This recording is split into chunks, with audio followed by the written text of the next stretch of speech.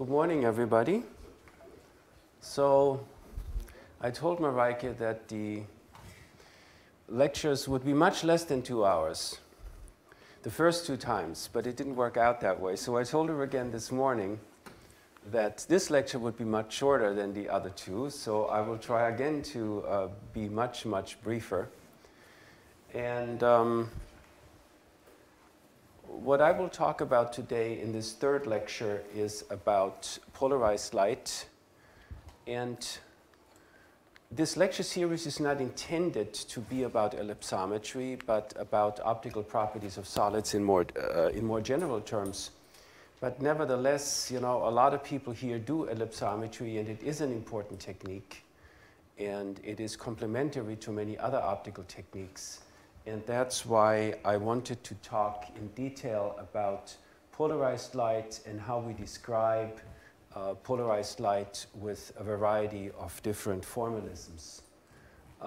Before we can get to polarized light, we will talk about Maxwell's equations in vacuum. And, you know, this is something that you all know very well, but I wanted to point out the important aspects in Maxwell's equations that lead us to polarized light and the ability to do spectroscopic ellipsometry. So the next lecture will be about electrodynamics of continuous media. So today we only talk about vacuum, and then Maxwell's equations in continuous media will be the topic of the 4th lecture in 2 weeks. The standard textbook for electricity and magnetism that I use to look things up if I have questions is Jackson, and Jackson is used in graduate education in like 90% of American PhD granting universities. That means almost all universities use this. And I've been told it's a terrible book, and it has way too much math, and it doesn't explain things very well, but nevertheless, everybody uses it. There is the 2nd volume of Landau-Lifshitz, The Classical Theory of Fields.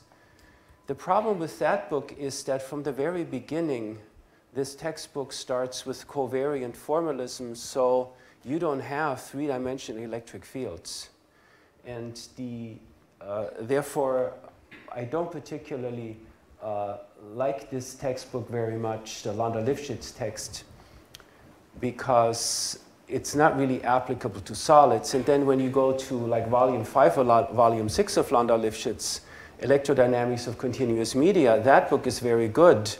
And then all the 4-dimensional covariant formalism is gone, and again he deals with 3-dimensional 3x3 dielectric tensors.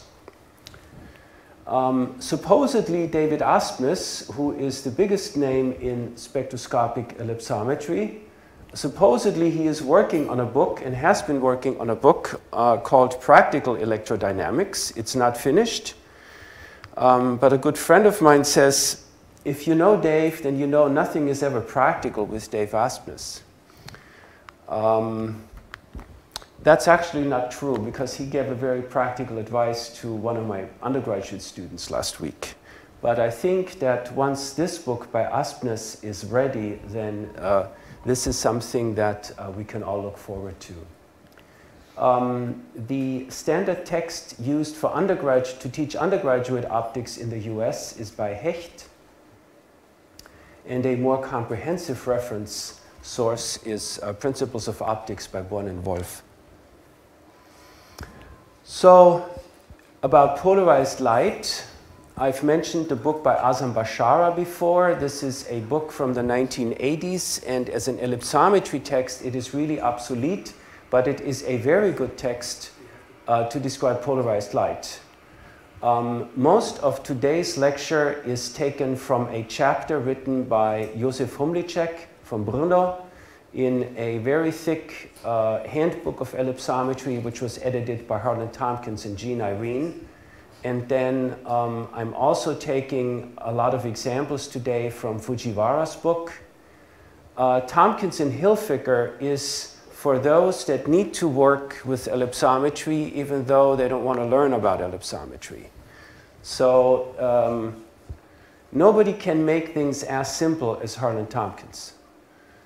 And there is a very new book by Fujiwara and Collins, which just came out a couple years ago, which is slanted towards the use of spectroscopic ellipsometry in photovoltaics.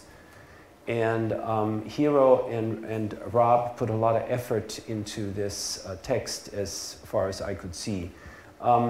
If you go to the website where the lecture slides are posted, you will see a PDF file where I have written up some of the things that I will talk about today. So you will have some narrative that goes with the slides for today. So before we start with Maxwell's equations, I wanted to go back to a question that was asked at the last lecture, which I couldn't answer. So before we go back to that question, my students have trouble explaining what is a scalar and what is a vector. So a scalar is something which is invariant under rotations and which is invariant under inversion. A vector, on the other hand, transforms like the coordinates x, y, z under rotation, and it changes its sign under inversion. Since we talked about group theory during the last lecture, this is the character table for OH, which is the full rotation group in a cubic crystal. And XYZ is a vector, and it transforms like the representation gamma 1, 5. And the trivial representation gamma 1, that is the representation that describes the transformation of a scalar. This is a group which has inversion symmetry. So in addition to the trivial representation gamma 1 plus or gamma 1, there's also another representation gamma 1 minus. And this representation, this changes sign under inversion. So that is the representation of a pseudoscalar. And can anybody give me an example of a pseudoscalar? I cannot think of one, but if you know one, I would certainly be interested.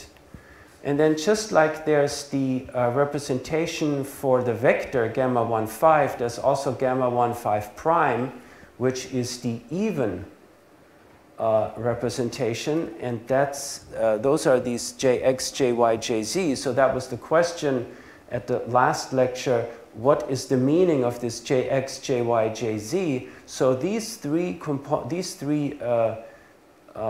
three-dimensional representation describes a pseudovector.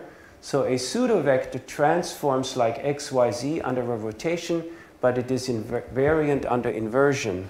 So what's an example for a pseudovector? Spin? I don't think spin would be a good example, because spin would belong to those extra representations. Angular momentum. So angular momentum, L equals R cross P. R and P are both vectors. R and P are both change sign under inversion. So the angular momentum does not change sign under inversion. So that was a wrap-up for a question from the last lecture. So now we can look at scalar waves and vector waves. And a scalar which depends on position, we call that a field. So we have scalar fields and vector fields. And the physical quantities, measurable physical quantities, are always real numbers. So another thing that my students are struggling with is, where do these complex notations come from that we use in spectroscopic ellipsometry? What is the meaning of a complex dielectric function? As you see here, these waves, you know, they're cosine waves. And there's a phase angle here. If I take out the phase angle, then I can write the wave as a sum of a cosine and a sine.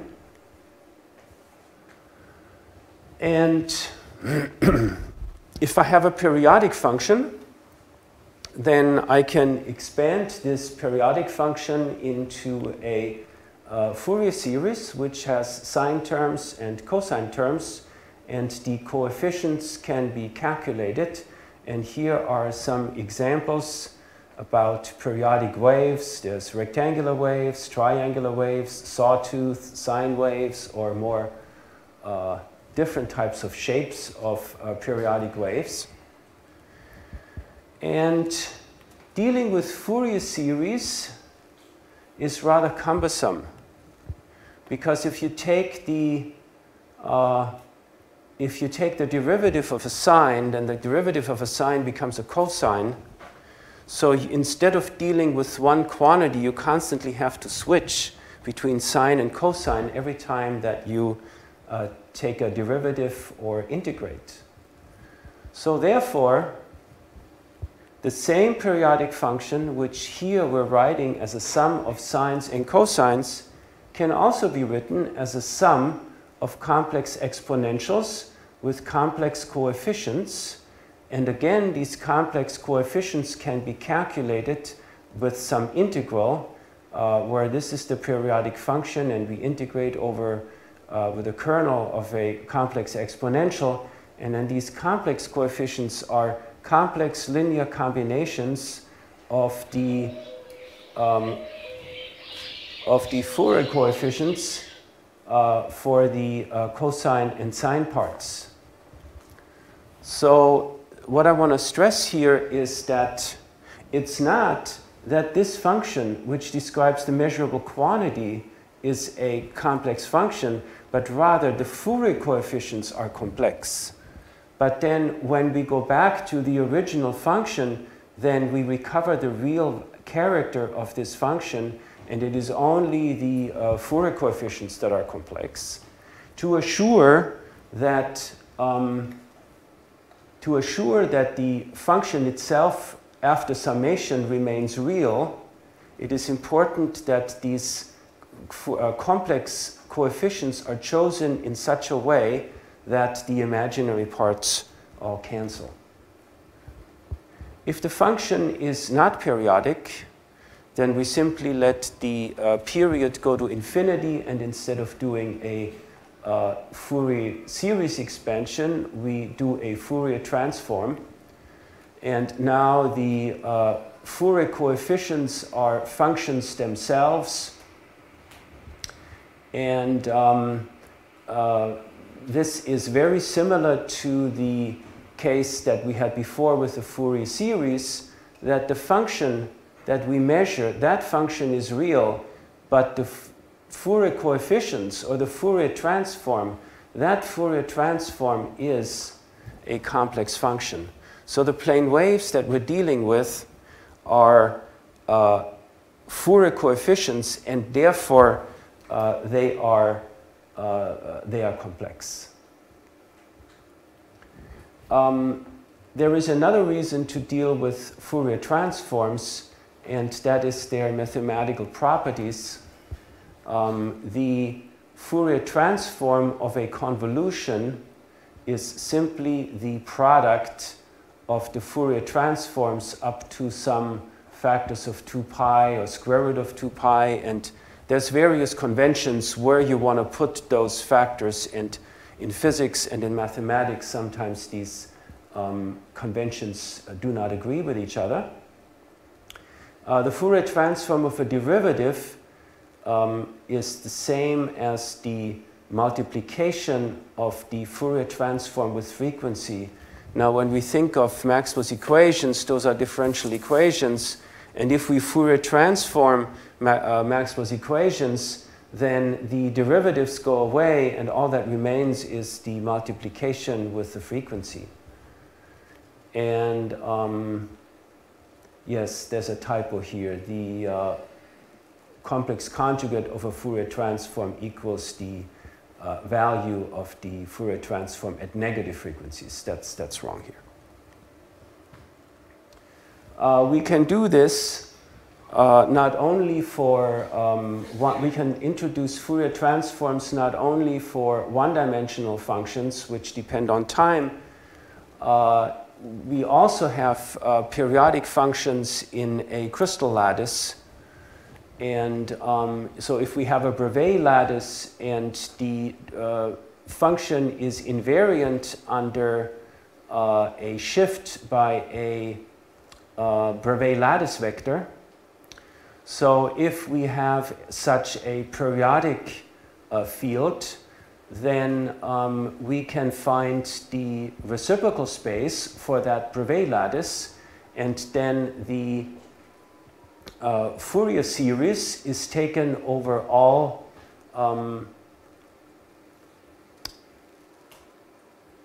reciprocal lattice vectors. So this G here is the same as what we had here, this discrete index M, but now the index doesn't run from minus infinity to plus infinity. Instead, this Fourier series runs over all reciprocal lattice vectors. And we can do that with one-dimensional scalar fields, and we can also do that with vector fields. And this slide here is taken from an appendix in the book by Ashcroft and Merman. And just like we can do Fourier series in multiple dimensions, we can also do Fourier transforms in multiple dimensions for functions that are not periodic.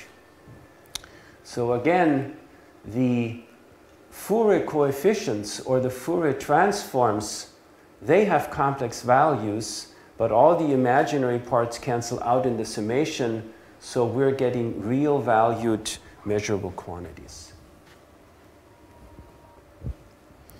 So now we apply this Fourier formalism to Maxwell's equations. And here I have written down the microscopic Maxwell's equations. And the divergence of the electric field is equal to the charge density divided by the permittivity of free space. In vacuum, there are no charges. So if we have an electromagnetic wave which is propagating through free space, then we do not need to worry about the charge density. So the divergence of the electric field is equal to 0. The divergence of the magnetic field strength H, that's 0 anyway because we have no magnetic monopoles. The curl of the electric field is equal to the change in the magnetic field strength, and that's Faraday's law, and the minus sign indicates Lenz's law, that the induced voltage tries to resist the change in the magnetic field. And Ampere's law says that the curl of the magnetic field strength is equal to the current. But I think it was Faraday or was it Maxwell that realized that the current itself is not enough. We also need the displacement current. So if you have an AC circuit with a capacitor in between, then for most of the circuit you have wires, and in the wires there's a current, but inside the capacitor you have the displacement current going through the capacitor. And in vacuum there are no charges and therefore there is no current.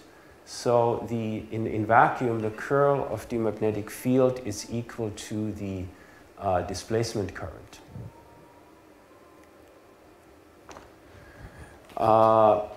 As you have seen in when you learned electromagnetism, then we can reduce these four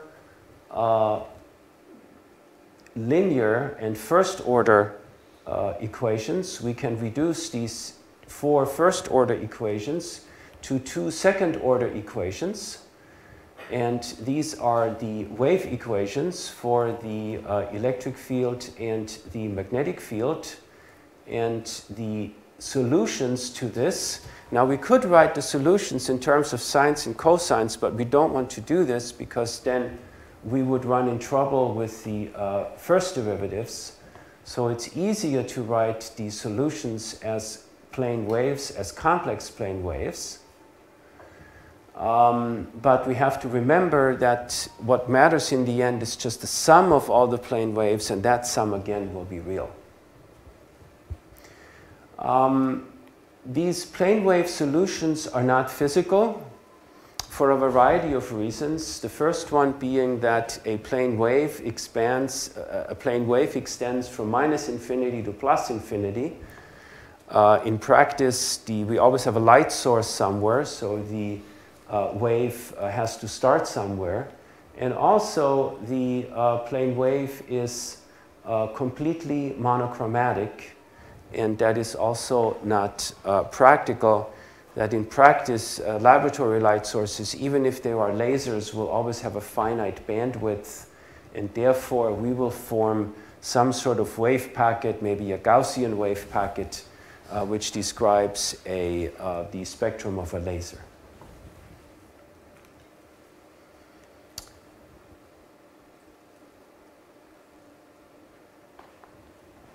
So, in order to show,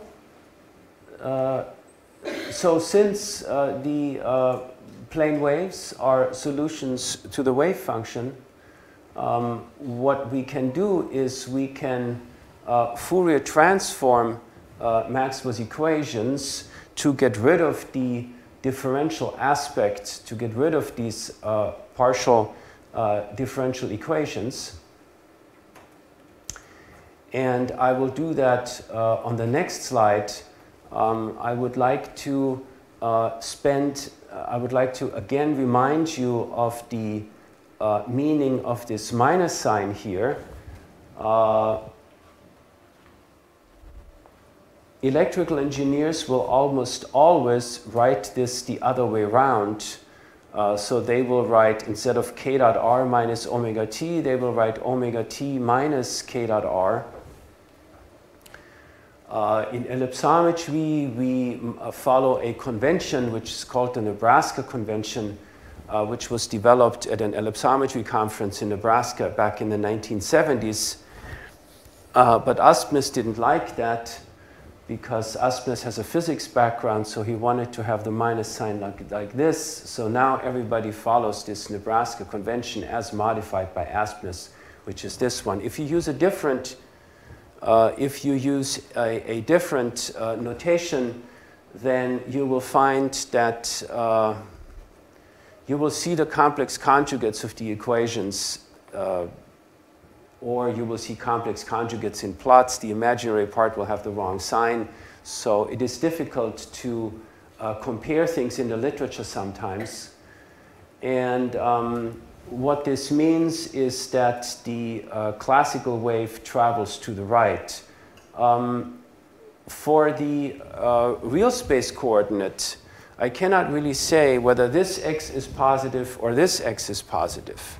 But for time, there is an arrow of time, so we know when time is going backwards and forwards. If you play a movie backwards, you will quickly see that the movie is backwards. So therefore, this minus sign has intuitive a certain meaning. So what we do is we start with Maxwell's equations, and then we take these plane wave solutions and we plug them into Maxwell's equations. And now all the derivatives go away.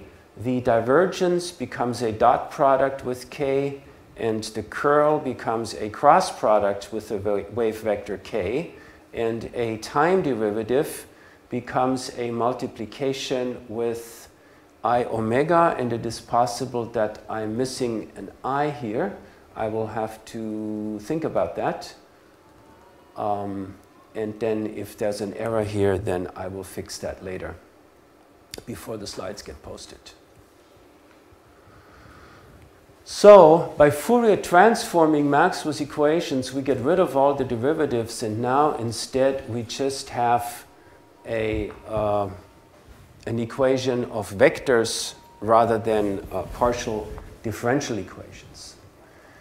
Because Maxwell's equations are linear and because they're homogeneous and satisfy a number of other properties, any solution to Maxwell's equations in vacuum can be written as a superposition of plane waves. From this form of Maxwell's equations, we see that the electromagnetic waves are transverse. We see here that the electric field is perpendicular to the wave vector and the magnetic field strength is perpendicular to the wave vector. And also from these equations here we see that the electric field and the magnetic field strength, that they're also perpendicular to each other, and there is a relationship describing the amplitudes of the electric field and the magnetic field, and they're related by a constant which is 377 ohms, which we call the impedance of vacuum.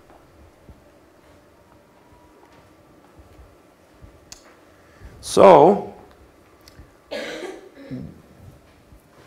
the wave vector, the electric field, and the magnetic field, these three vectors form a right-handed coordinate system. If I have an electromagnetic wave, then I can arbitrarily select the z-axis to be along the direction of the magnetic field. Because the electromagnetic field is transverse, I don't need a vector with three components to describe the electric field. Two components are sufficient. So this amplitude can be written as a vector with two rather than with three components. And this is called the Jones vector. So an electromagnetic wave is described by 7 real quantities. So first we need to specify the direction of the wave vector. So we need two angles, latitude and longitude. Then we need to specify the magnitude of the wave vector, and as an outcome, if we Fourier transform the wave equation, we get this equation here: k squared equals omega squared divided by c squared. That's the wave equation in Fourier space, and we call this a relationship between the wave vector and the angular frequency. That is called a dispersion relation. So it is sufficient to specify the magnitude of the wave vector and then the angular frequency. We get that immediately from the dispersion relations. Two complex amplitudes are sufficient to describe the direction of the electric field because it's transverse. And these two quantities, that's called the Jones vector. Two complex amplitudes means that we have 4 real parameters, but one of these 4 parameters is an absolute phase of the wave, and that we cannot measure, at least not in optics. If you reduce the frequency and you work in the terahertz regime, then you can also measure the phase of your wave. In the radio frequency range, of course, you can measure the phase of your wave, but in optics, we cannot do that, and that distinguishes optics from RF engineering. So we need 7 parameters. We need 6 parameters because the absolute phase here cannot be measured. And so this is the Jones vector, and we write that as an amplitude. And in measurements with polarized light, we also do not measure the amplitude of the light, because it is extremely difficult to make absolute measurements of light intensities. Instead, what we do is that we measure the ratio of 2 beams. We measure the ratio of the S to the P polarized light. We measure the ratio of left circular and right circular polarized light, or something like that. So since we take a ratio measurement in polarimetry, this absolute magnitude of the wave, which is hard to measure, that will cancel out. The absolute phase we don't measure. So really, these 4 complex quantities are reduced back to 2, and we call these the ellipsometric angles psi and delta, and that is just one way of expressing this complex vector with x and y complex components. So we take out the things we can measure, and that leaves us with two angles. And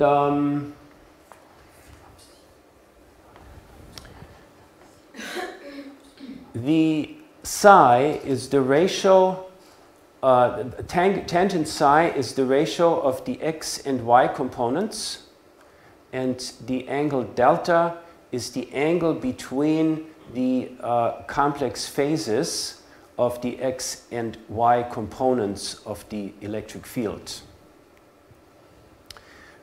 With these two angles, the first one describes a magnitude and the second one describes a phase. So with these two angles, we can define a complex quantity rho, and rho is equal to tan psi times e to the I delta, and that is the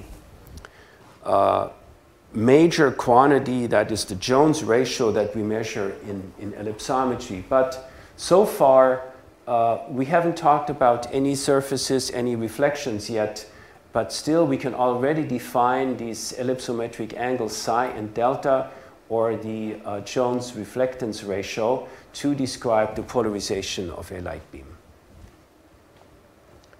So here are some examples for polarized light.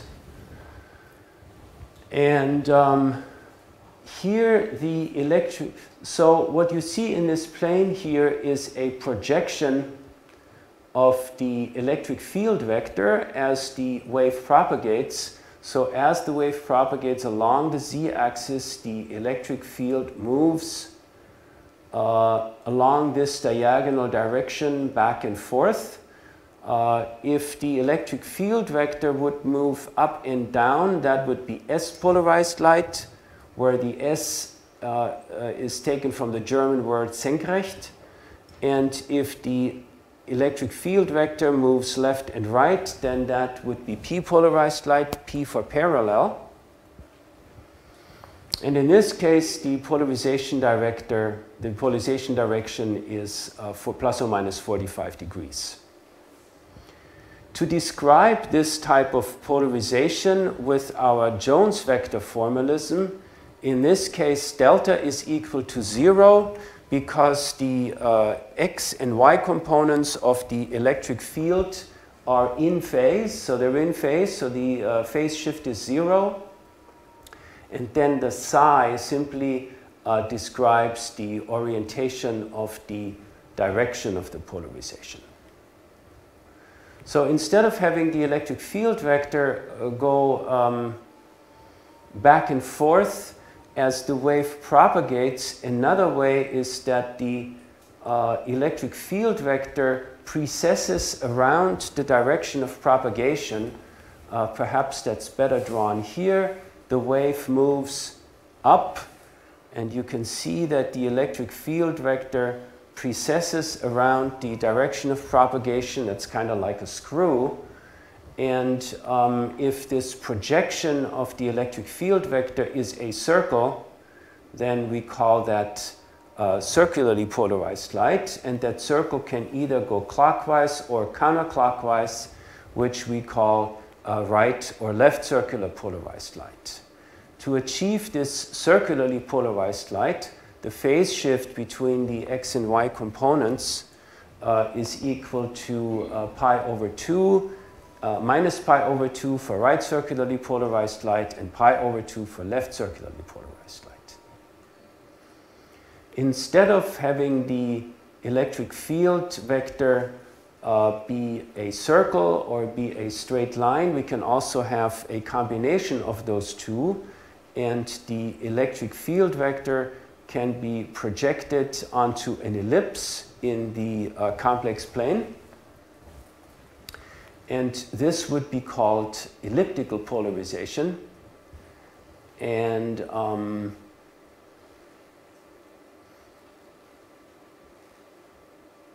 which is also described by specific values of these angles psi and delta. So here is a summary of the Jones vectors for different types of polarized light. P polarized light has a Jones vector 1, 0. S polarized light has a Jones vector 0 and 1. And here are the values of psi and delta that go with S and P polarized light. If the angle psi is pi over 4, 45 degrees, then, 90 degrees, then we get this linear polarization at plus minus 45 degrees. So for these three, the Jones vectors are all real. For circularly polarized light, here I have a 1 and here I have a minus 1. And for left circularly polarized light, I have a 1 and a minus 1 with a prefactor of 1 over square root of 2 to make sure that the Jones vector is normalized.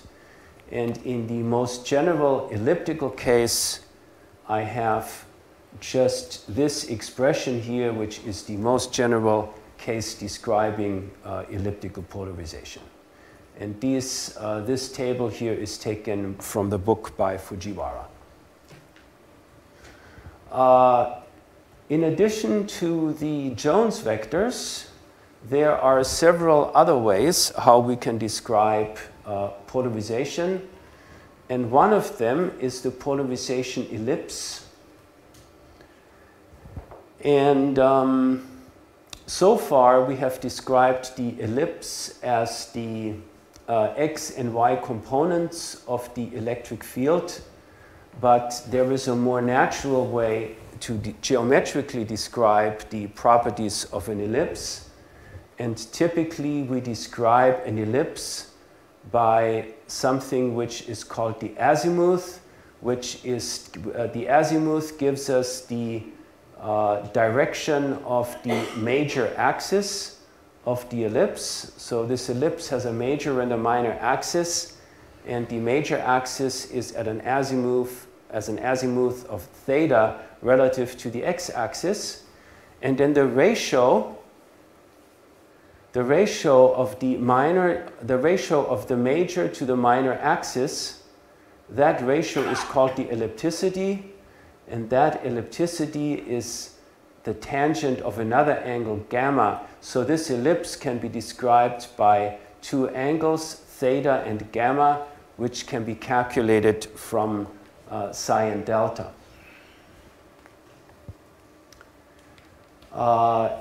So we've had the ellipsometric angles, psi and delta. We've had the polarization ellipse.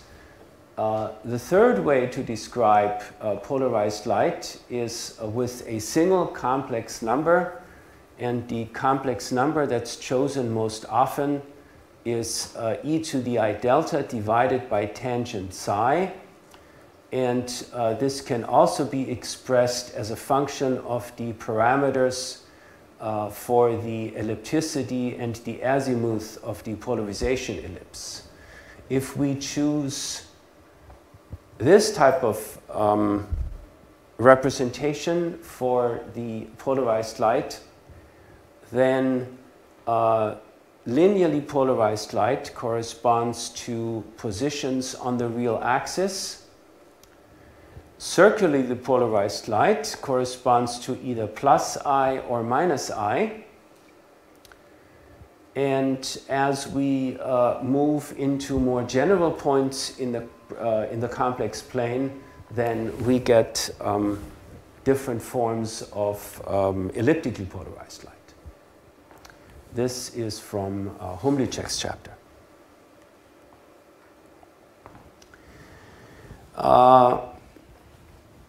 After describing the various ways how we describe polarized light, how do we produce polarized light? Light that comes from the sun is naturally unpolarized light. Also, if you have an incandescent bulb, an old-fashioned light bulb, then that will produce unpolarized light. So if we want polarized light, then we have to make it. And for example, light that is scattered in the atmosphere, the scattering equations depend on the polarization of the light. And therefore, if you have polarized sunglasses, then they will reject the glare, they will reject the light which is scattered in the atmosphere, and therefore you can see better.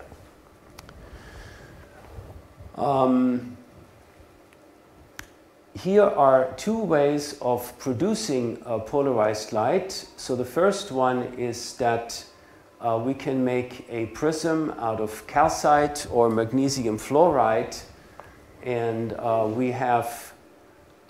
we make two prisms, two right-angle prisms, and then we make we put them together, and as we put these two rectangular prisms together, there is a small air gap between these two. We can use glue to glue them together.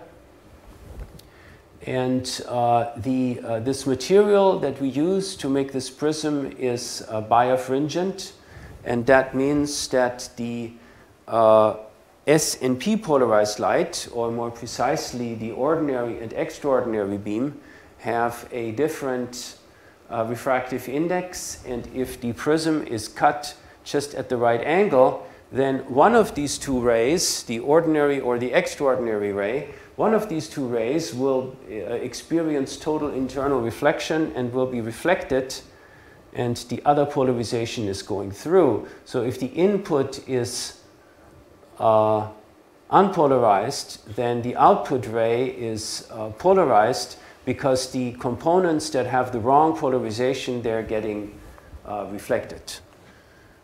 This type of prism can be used,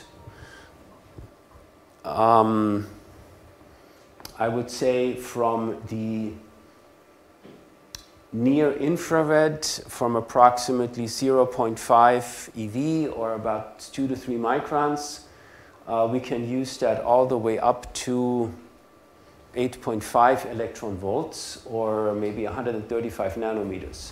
So this is the most common type of polarizer that you find in optical instruments. In the infrared spectral region, the problem is that this material will absorb infrared light, therefore you cannot use it. And in the infrared spectral region, people use wire grid polarizers. So if the polarization, if the electromagnetic vibrations are along the direction of the wires, then the electromagnetic waves will produce a current inside this wire, and there will be ohmic losses, and therefore the polarization direction parallel to the wire will be reduced, and therefore only the polarization directions perpendicular to the wire will come through. So this works very well in the infrared, and the spacing of the wires, of course, will depend on the wavelength of the light that you want to polarize. But what do you do above 8.5 electron volts? So what if you go to the synchrotron and want to have polarized light? The light of the synchrotron is already polarized, so you don't need the light that is produced by a synchrotron is linearly polarized, so you don't need any input polarizer if you work with a synchrotron. If you want to do experiments at the synchrotron with elliptically polarized light, then you have to move slightly out of the plane of the synchrotron, and then you will get a small amount of circularly polarized light, and then you can do circular dichroism experiments at the synchrotron. But for ellipsometry, one would typically not use polarizers for the input for polarimetry experiments. If you want to do experiments with, let's say, 45-degree polarized light at the synchrotron, then you have to rotate your experimental setup. And that is quite cumbersome, but it is still easier to rotate your experiment, which might be sitting on a table. That's easier than to rotate the synchrotron, because the synchrotron is pretty fixed in place. So what do you do for the output polarizer? And at very high energies, above 9 electron volts, you use several metallic mirrors, and then every time you have a reflection, the light is polarized a little bit. Such VUV polarizers are not very good and have a lot of non-idealities which must be taken into account in your data analysis. Mica sheets are also another way of polarizers, but I don't want to talk about that. So this is the typical example for a linear polarizer. So if I have unpolarized light coming in and then I have a linear polarizer, then I get linearly polarized light coming out, and I can turn the direction of that polarization by turning the linear polarizer. But how do I produce circularly polarized light? There is something which is called a retarder. And again, the retarder is made out of a birefringent material where the two beams, S and P polarized light or extraordinary and ordinary refractive index are different. So the extraordinary and the ordinary beam have different refractive indices. So we take that difference and we multiply that difference with the path length inside this plate. And if the phase shift produced by this plate, the phase shift is 2 pi over lambda times the difference in the refractive index between the extraordinary and ordinary beam multiplied by that thickness. If that phase shift is equal to pi over 2, that is a quarter of a plate, a quarter of a wave, then such a thin quartz plate is called a quarter wave plate. In general, having a true quarter wave plate is difficult because that would be very, very thin and then mechanically unstable. So typically people are satisfied with not pi over 2, but pi over 2 plus a multiple of 2 pi, so you can actually make thicker quarter wave plates. So we have linearly polarized light, and it goes through such a quarter wave plate or a retarder, or sometimes called compensator. And then if the quarter wave plate is tilted just right relative to the direction of the polarized light, then the output will be circularly polarized light. So to summarize, circularly polarized light is produced by a quarter wave plate, which is a birefringent material where the ordinary and extraordinary beam have a phase shift of pi over 2.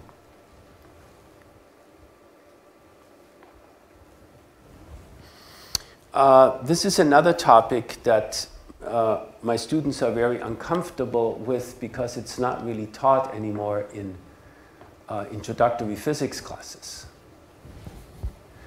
So if we think of a laser, then the output of a laser can be described by a plane wave, and every photon that comes out exactly follows the equation which is given here, at least approximately. Maybe not exactly, but at least approximately.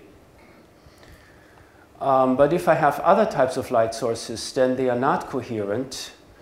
And not coherent means, well, they may come out at different angles, but also those photons that all come out at the same angle, they do not have a well-known phase relationship. So coherence means that all the photons from this light source are in phase, and incoherent means that there is a random phase relationship. But in practice, not every photon produced by the laser will have exactly the same frequency. There will be some shifts.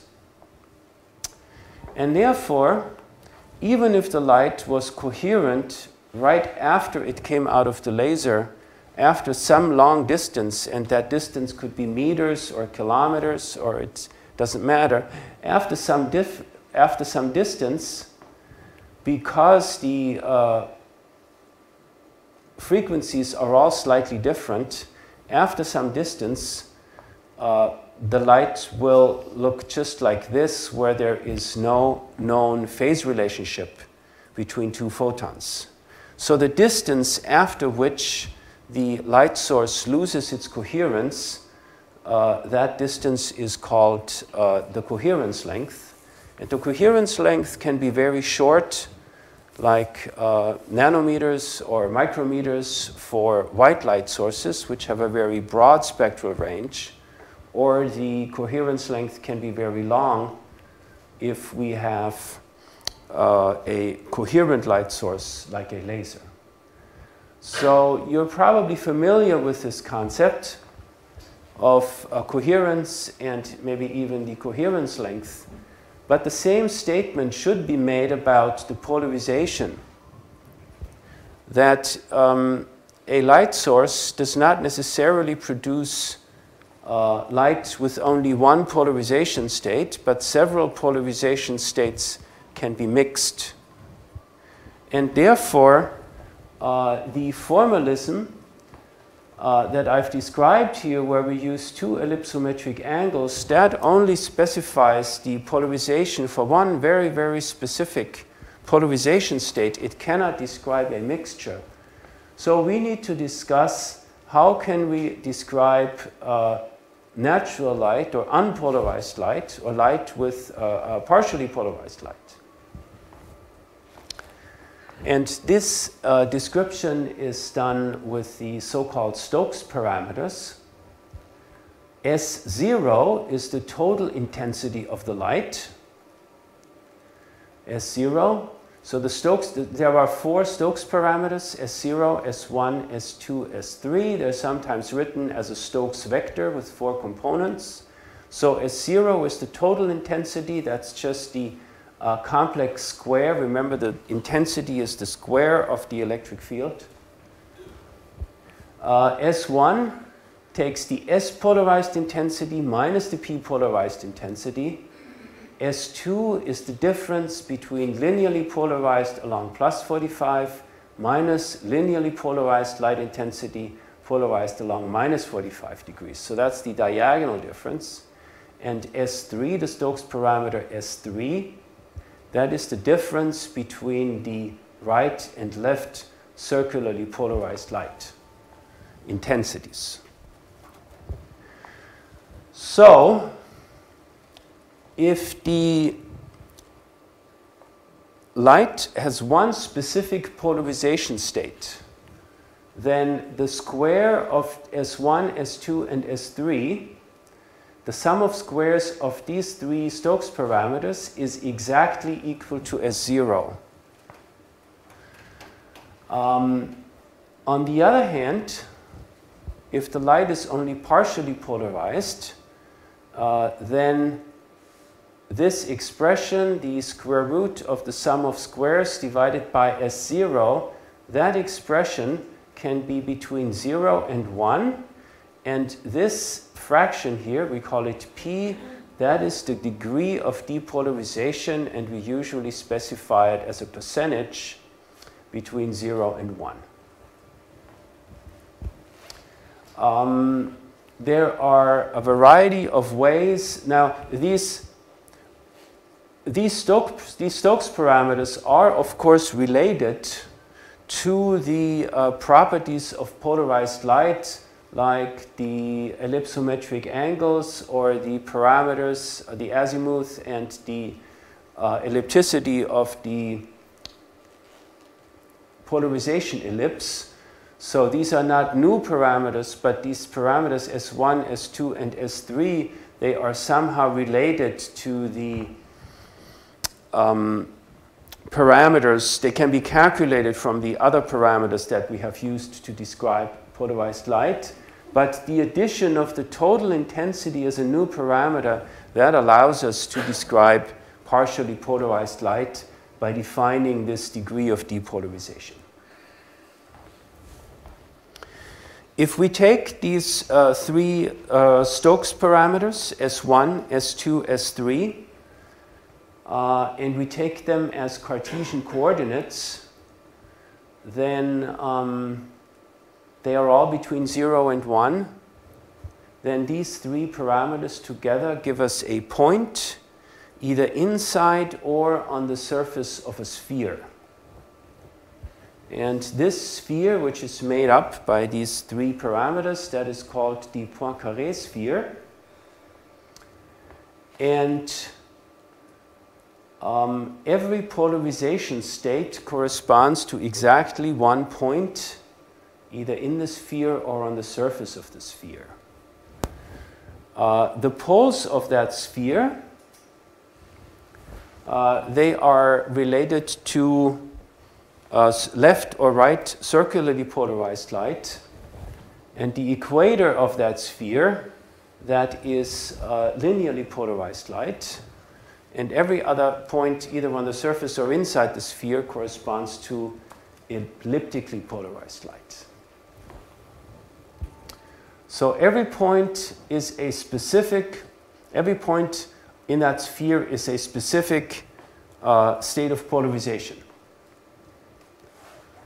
So, and that's another figure, unfortunately, that didn't come out very well. I thought that looked better on my laptop. So if we have a point here, then that's totally polarized light, a specific polarization state. If we have a distribution, if we have a neighborhood around this point P, then this would be partially polarized light. And for unpolarized light, that entire sphere is gray, because for unpolarized light, a photon coming from this unpolarized light source can be anywhere inside or on the surface of this Poincare sphere. Yes? Concerning the parameters, the depolarization parameter, now I am a little bit lost. If it is polarized, is it 0 or 1? 2 slides before. Yes. So your question is about this parameter P. So the degree of polarization, so the question is whether, what is this parameter P? The degree of depolarization. If it's 0 when it is polarized or 1 when it is polarized? If the light is polarized, then the P is equal to 1, so this would be the degree of polarization. Yes. Yes. And I got confused because when you use some of the ellipsometry software, it will tell you the degree of depolarization. So that will be 1 minus P. Yeah. So that's another typo in here. Other questions?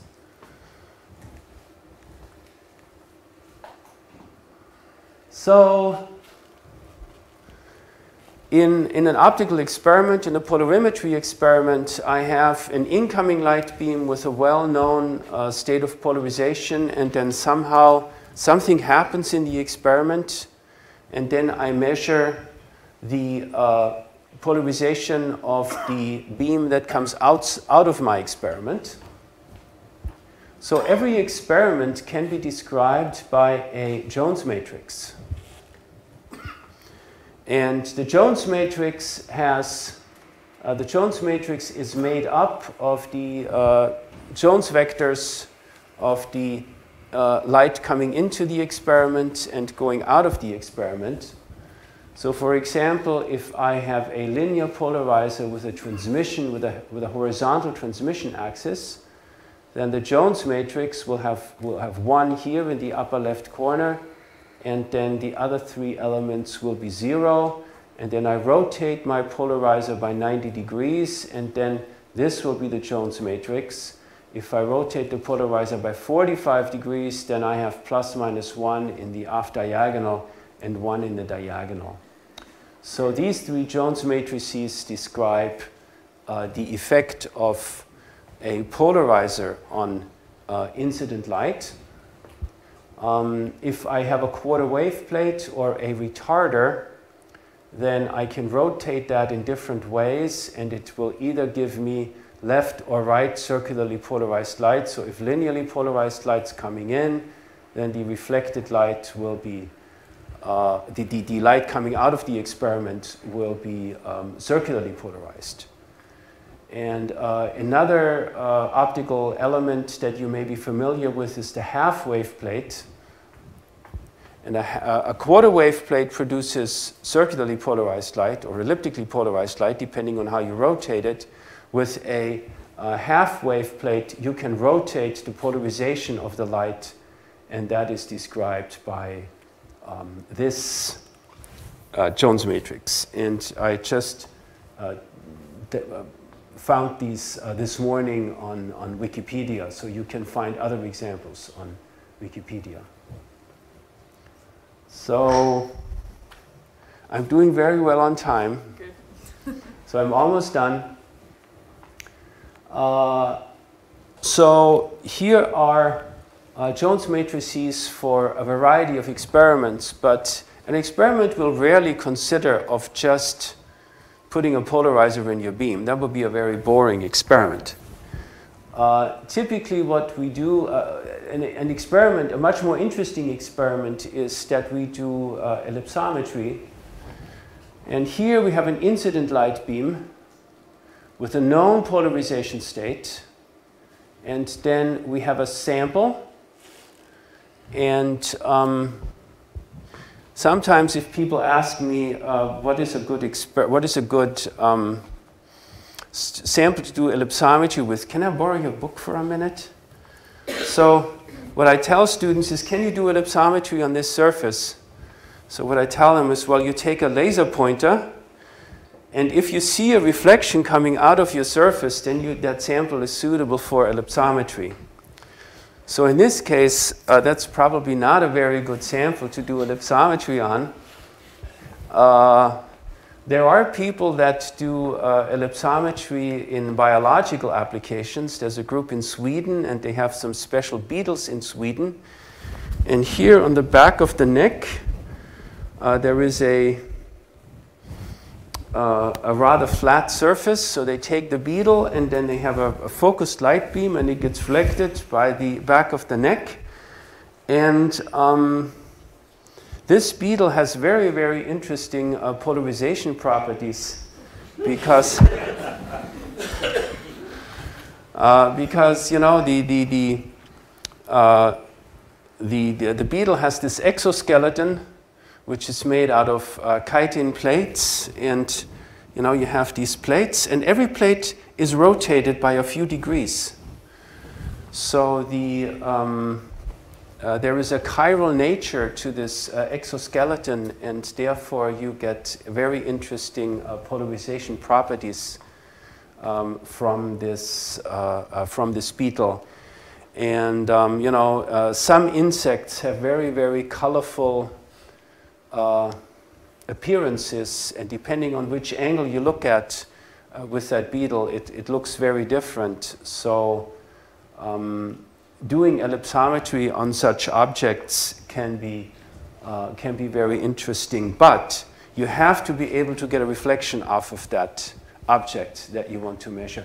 I once tried, I wanted to measure chili peppers. I wanted to measure paprikas. What do you do with red peppers? And your question, I'm sorry? Some sauce. I'm cooking.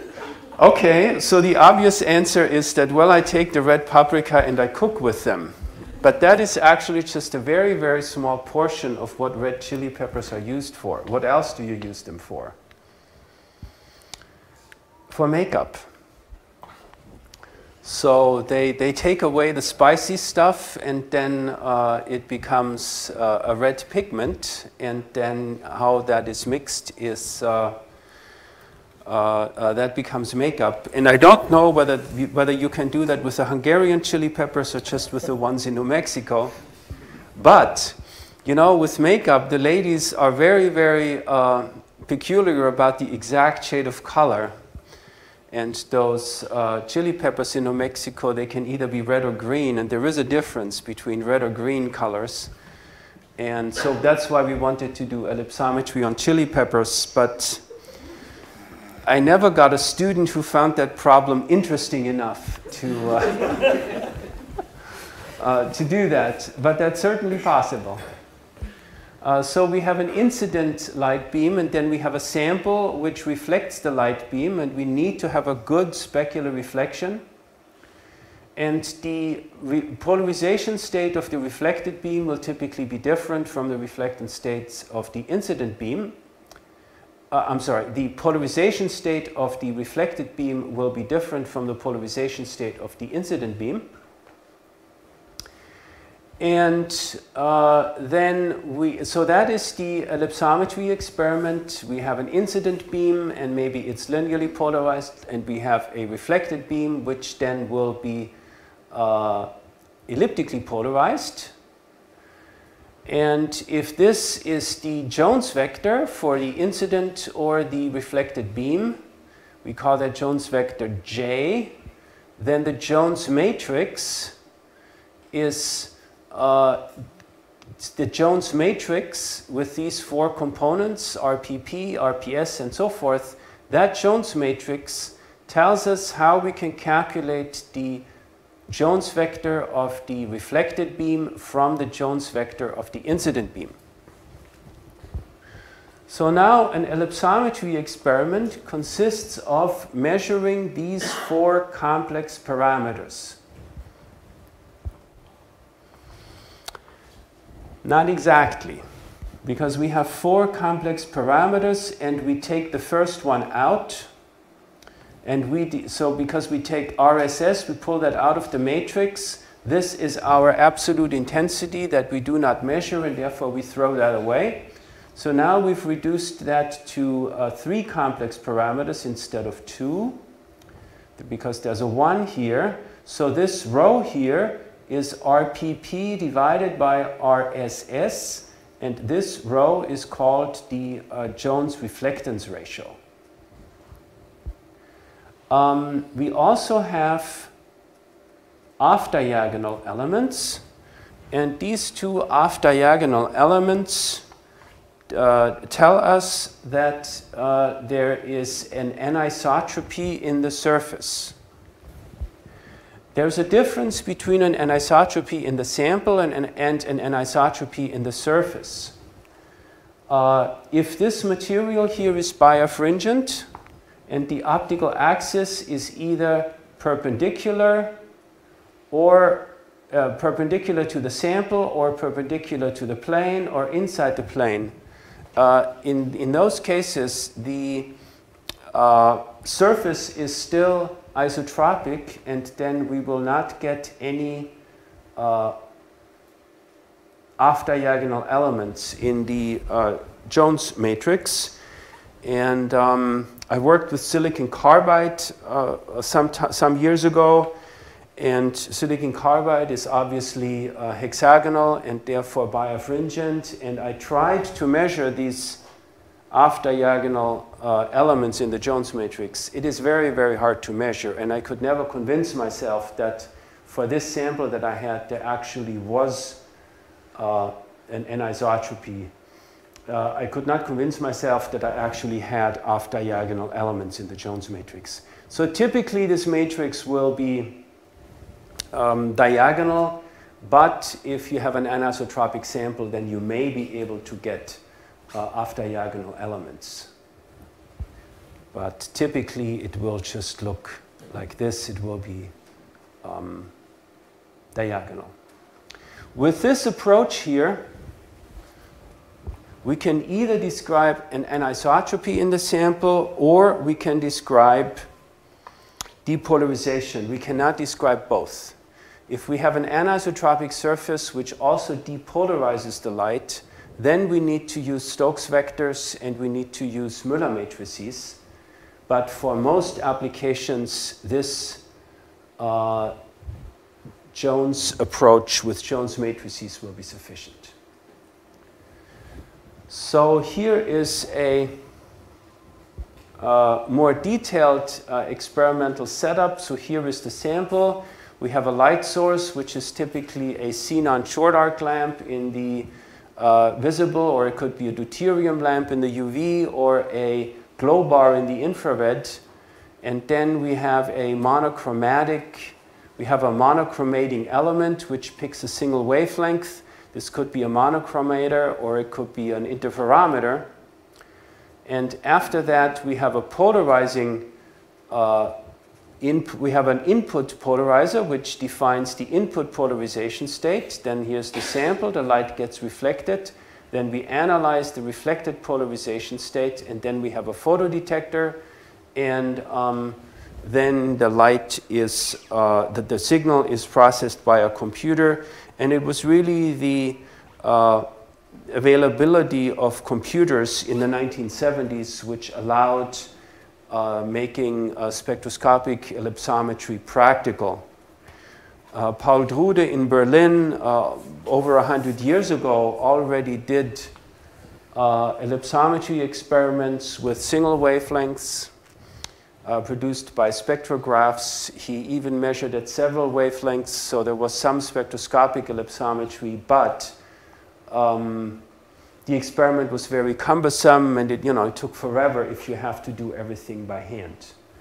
So why do we do ellipsometry experiments? Well, in the simplest case, if this is a bulk sample without any surfaces, so no films on top, in the simplest case, the Fresnel reflectance ratio, this parameter rho, that's that ratio in the Jones matrix, that is related to the complex refractive index of the sample. So if we know rho, we know the angle of incidence, we can immediately calculate the complex dielectric function. And that is why we do ellipsometry, because we want to measure the complex refractive index. And why do we want to measure the complex refractive index?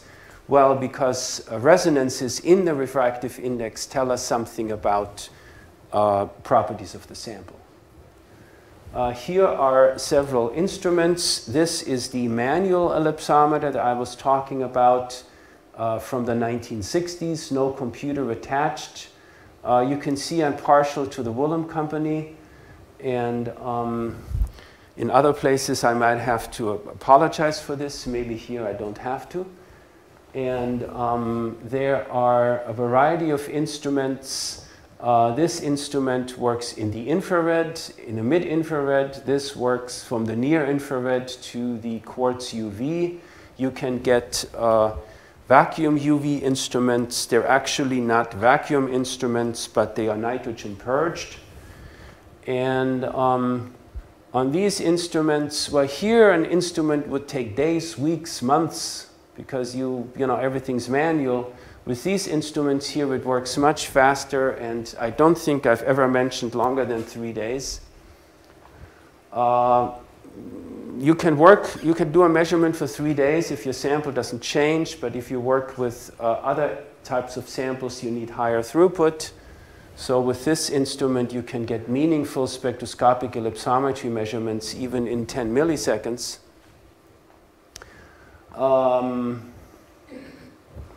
When I did my PhD thesis, there were maybe 5 or 10 ellipsometers in all of Europe, spectroscopic ellipsometers. If you wanted one, you had to build one. Nowadays, there are 5 or 10 spectroscopic ellipsometers in every semiconductor factory. And all they do, day in, day out, is they measure silicon dioxide thicknesses on silicon. That's most of the application. And one reason why we have modern computers is because we can measure thicknesses with very high precision. Instead of describing the response of our experiment with a Jones matrix, so incoming Jones vector, outgoing Jones vector related by the Jones matrix, instead of doing it like this, we can also ask the question, well, I have a Stokes vector coming in and a Stokes vector coming out. And the Müller matrix in this case describes the relationship between the incident Stokes vector and the outgoing Stokes vector. And now instead of having 3 complex parameters, as for the Jones formalism, now I have 16 real Müller matrix elements. This one, M00, is the total intensity, so we never measure that. And in case you want to measure the other 15, you need 2 rotating compensators. And there is actually an instrument called the RC2, which has 2 rotating compensators. But most people are satisfied with not measuring all 15. If you're happy with 11, then you can measure these 11 or these 11 with a rotating compensator after the sample or before the sample, depending on the setup. So that's why these days you see a lot of experiments with Müller matrix results. But in many cases, this is really overkill. You don't need the Müller matrix response unless you have a sample which is both anisotropic and depolarizing. And Mareike, I'm doing very well today. So here's my summary.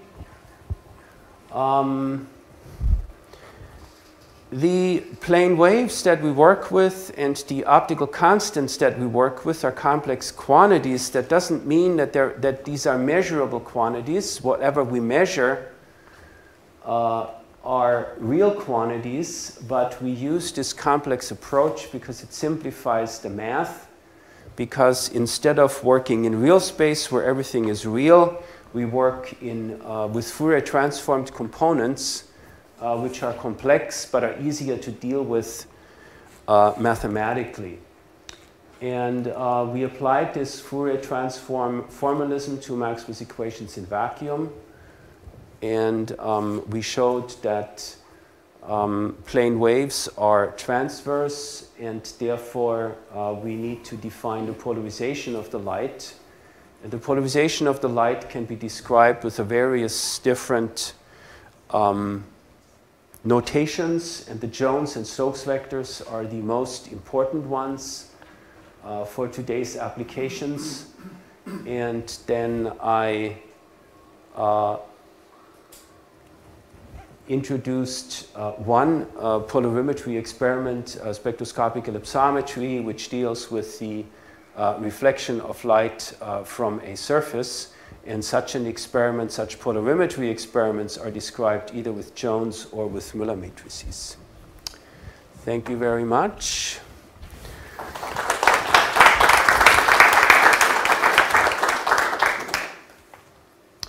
Yes? You mentioned that the light is in fact a Gaussian wave packet. Fourier transform of a Gaussian wave packet is with a Gaussian curve in frequency. That means continuous spectrum of frequency. How can we use one Jones matrix or Stokes vector or Jones matrix for infinity of frequencies? Okay, so that's a very good question. So let me repeat that question. And then the answer will take some time.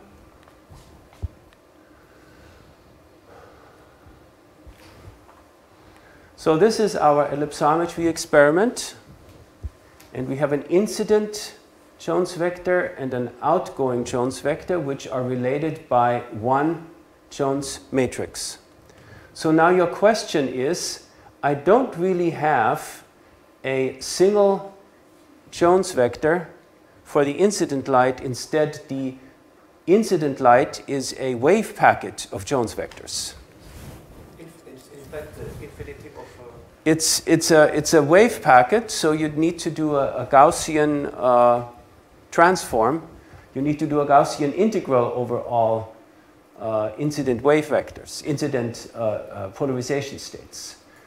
So therefore, if you do an experiment on a more practical perspective, if you do an experiment and you set your monochromator to, let's say, 500 nanometers, and your slits are opened by 2 millimeters, which is typical for what we do on that Willem instrument, then, or 1.9 millimeters is the typical slit width, then the bandwidth of the monochromator, the linear dispersion of the monochromator is specified as 2 nanometers per millimeter slit width. So for 2 millimeter slit width, my my spectral width of the beam is 4 nanometers.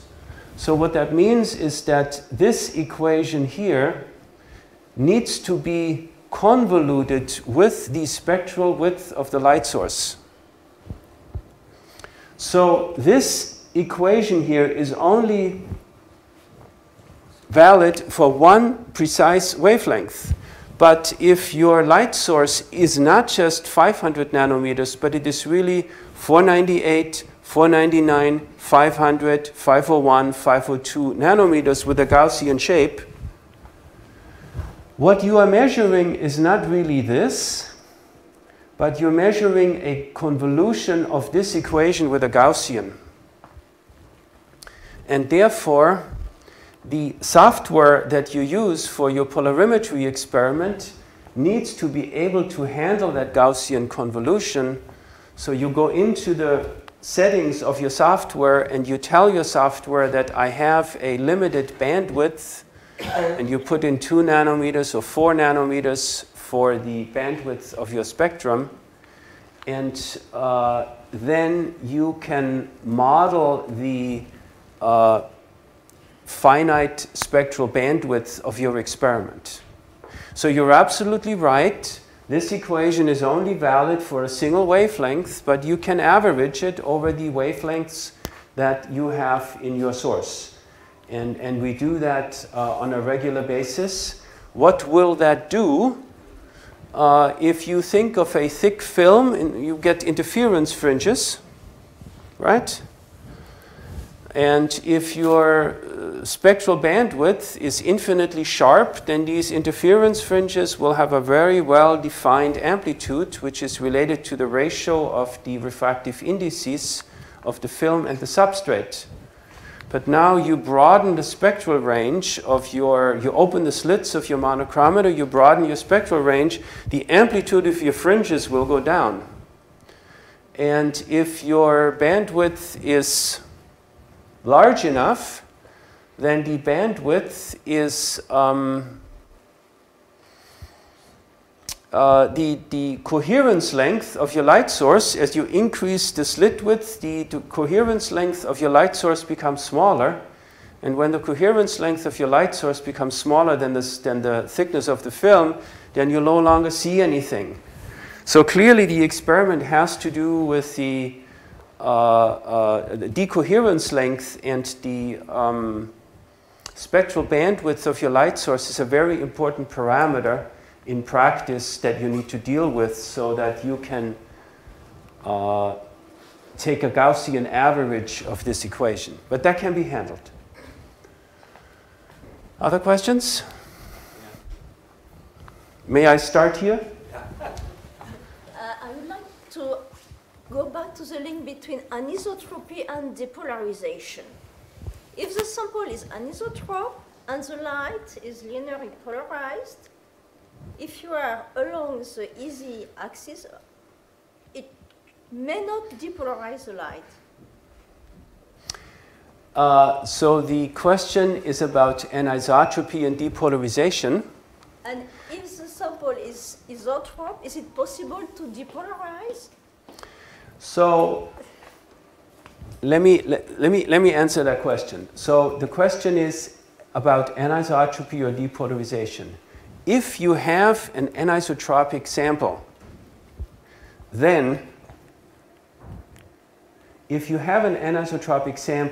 then the reflected light will still have a very precise polarization state. There is no depolarization.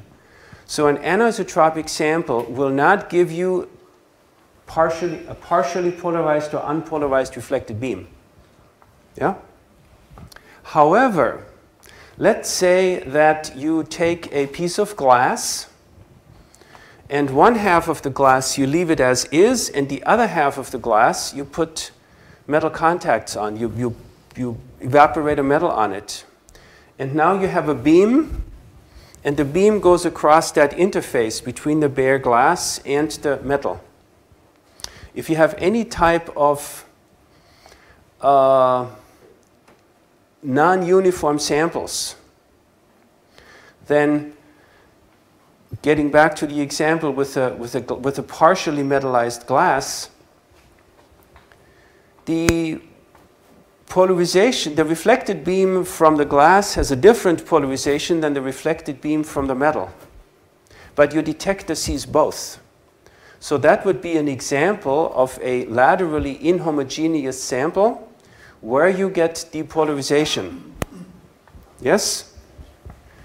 So with a Jones matrix approach, we can either handle anisotropy or we can handle depolarization, but we cannot handle both. But they're not related. Those are two completely different things. But now imagine that you have an anisotropic material, say quartz or sapphire or something like that, and you cover half of the sample with metal. Now you have anisotropy and depolarization, and in that case you need the Müller matrix approach. So that was my point. And there was a question over here. You mentioned also coherency of the beam, and we know that, let's say, if you have laser, is monochromatic source, the beam is coherent.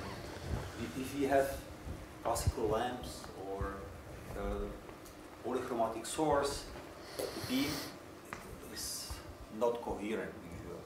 And coherency is necessary condition for creation of interferences. And my question is, in Fourier transform spectrometers, we have lamps like glow bar, mercury lamps, which is strong, highly polychromatic. But in spite of it, we can measure interferences in Fourier transform spectrometers, where we can have an optical path difference in both arms of the interferometer, decimeters, even meters. And still we can measure interferences. How is it possible?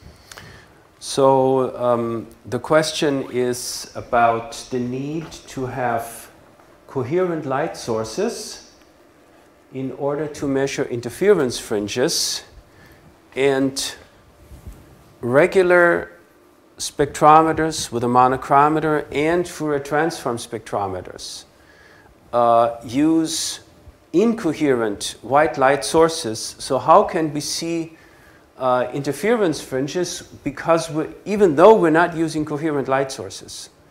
And your question was specifically about the interferometer, and that question I cannot answer.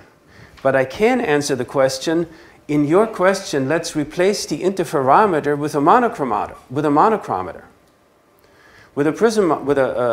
grating monochromator. And it's the same thing. We still have a light bulb as our light source, and then we have a monochromator, and then we're measuring interference fringes. How does that work? And in this case, I think the answer is that your monochromator, our monochromator, takes only a very narrow spectral band, let's say 4 nanometers. And this light that comes out of the monochromator is partially coherent, and it has a coherence length which is larger than the thickness of our sample. With a regular ellipsometer, we typically measure thicknesses up to 1,000, maybe 10,000 angstroms. So for this monochromatic light coming out of the monochromator, the coherence length is between 10 microns and 100 microns. So we see the interference fringes from the sample from the thin film because the coherence length is larger than the thickness of the thin film. On the other hand, the coherence length of this light is less than the sample thickness if the sample is a silicon wafer. So if you have a two-side polished silicon wafer with a thickness of 300 microns, the thickness of the sample is more than the coherence length of our light source. In that case, we get two beams, one from the front, one from the back of the sample reflected, and those two are no longer coherent and therefore give us a very significant depolarization of our light beam, and therefore on such a sample we cannot do ellipsometry.